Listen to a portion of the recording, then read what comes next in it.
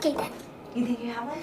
Yeah. Okay, before you start, remember how before I told my story, I was thinking about ways to make it interesting for you to listen to. And like these things on our list. So when you're telling your story, remember our list, okay? All right, I'm ready to listen. As the student gets ready to tell her story, Laura reminds her of some of the elements that are important to include in order to engage the listener. When my mom was,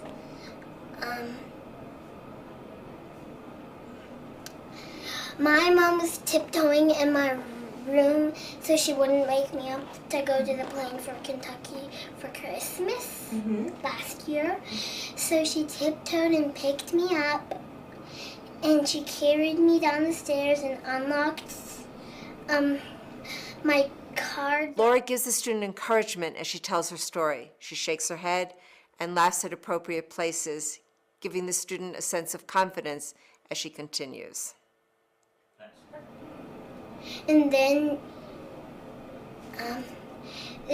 we drove to the airport and we took 3 planes. And on the last plane they served pretzels and apple juice. And then we finally made it to Kentucky, 3 planes. And I looked for my grandpa and I found him. My grandpa's name is Popham, and my cousins and my grandma.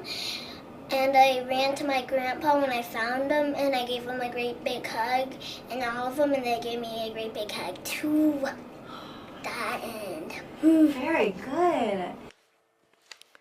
After she finished telling her story, the student immediately knows what she does well. She's proud to say that she included important details, what she ate on the plane, pretzels and apple juice, and that her mom tiptoed into the room. See, that was a great story. I know what a good thing I did. What? Tell me about. 2. Okay, 2 good things. She tiptoed, and I told them what they were serving on the plane. And what does that fall under in our list? What are those? Details. Yeah, they were details, because you didn't just say, my mom walked in and picked me up. You said she tiptoed in. And the pretzels and the apple juice, that was great. And I also had that same story at school, too. Yeah, you told that story at school before? Good. Then Laura makes explicit some of the details she noticed the student used, the names of her grandparents. Another thing in your story that I liked, another detail, was you told me the names of your grandfather.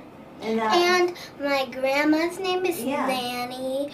My mom calls her Nancy. And John's my cousin. Emily's my other cousin. And that's good, because when you tell the name in your story, it helps to make it personable, and it helps to give details so I can understand your story. That was great. Okay, so next week we're going to work on actually starting to write our stories, and we're going to work on our writer's notebook and different entries, okay?